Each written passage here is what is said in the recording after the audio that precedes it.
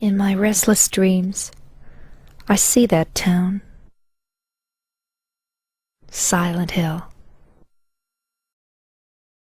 What it do, movie fanatics? I can still remember when this game was released back in the PS2. Today we're going to be checking out 2026 Return to Silent Hill, a supernatural psychological horror film written and directed by Christopher Gaines. This movie stars Jeremy Irvin and Hannah Emily Anderson. It follows James Sunderland, a broken man who receives a mysterious letter which calls him back to Silent Hill in search of his lost love. However, he finds a one recognizable town and encounters a terrifying figures both familiar and new and begins to question his own sanity. If you haven't played Silent Hill 2, it's one of the greatest psychological horror games of all time. I know going into this film, I was going to be disappointed, but I did not expect to be highly disappointed. I knew this movie wasn't going to be a banger. I knew it wasn't going to be a blockbuster hit, but god damn it, man. I don't know how they missed this. I definitely was upset when I watched this movie. Christopher Gaines was definitely the first director who directed the live adaptation of the first Silent Hill movie, and he did a pretty good job at it. So I really had high hopes for going into this theater that he was going to kill it. If you're not into the franchise or ever played the game, then you probably think the movie's okay. But as fans who played and loved this game, Silent Hill 2, it's one of the greatest psychological horror games of all time. If you haven't played it, please do. I mean, you had a perfect script. I don't know what it is so hard to follow the script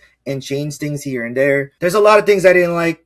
James not being married. He's not married to his wife. He has a girlfriend, which is by the same name of his wife. And he runs into these people into the town, which are introduced in the game, but they're only basically cameos. They are only introduced in the movie for a few seconds, maybe even a few minutes, which I'm highly disappointed. We didn't really get the whole town of Silent Hill, and he does kind of seem to skip through a lot of the game, which I understand. The game is like 6 to 10 hours long. I understand there's a lot of material to add in the movie, so they had to cut a lot of stuff off the script, and I understand that he wanted to tell his own story, but for Jesus Christ, I feel like it's not asking too much to basically give the fans what they want. Just retell the story, but mess with it just a little bit. Tinker with just a little bit. Just take a little bit here and there and keep what fans like. Otherwise, this movie would have been a banger. The acting was okay. I do feel like this movie was rushing.